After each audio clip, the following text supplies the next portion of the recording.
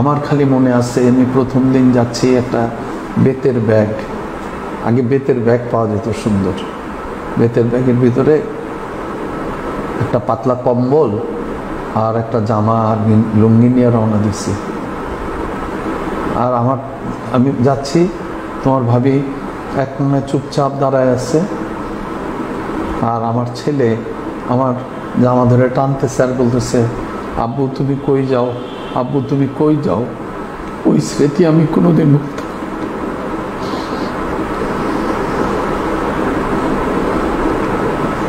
ওই যাওয়াই আমার শেষ যাওয়া হইতে পারত।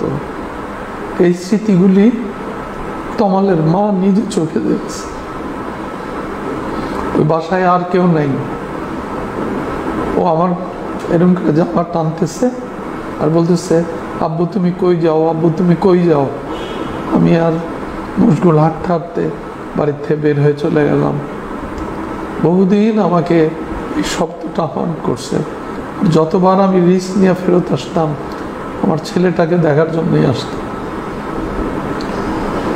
আর অন্যভাবে যদি চিন্তা করো, এই ছেলে বিকাম মাই পাসপোর্ট। আমি বাড়িতে এসেই আমার ছেলেকে নিয়ে কোলে করে নিয়ে রাস্তায় ঘুরে বেড়াইতাম।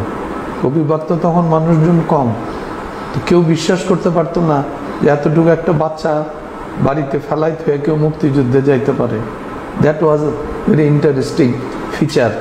আশেপাশের কেউ পর্যন্ত জানতো না যে আমি এই ধরনের একটা কাজের সাথে জড়িত। 2-3 জন জানতো। আব্বু তুমি কোথায় যাও।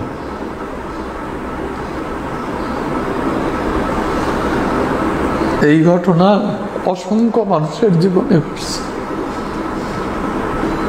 যে কারণে অনেকে মাঝরাত্রে পালায়ে গেছে।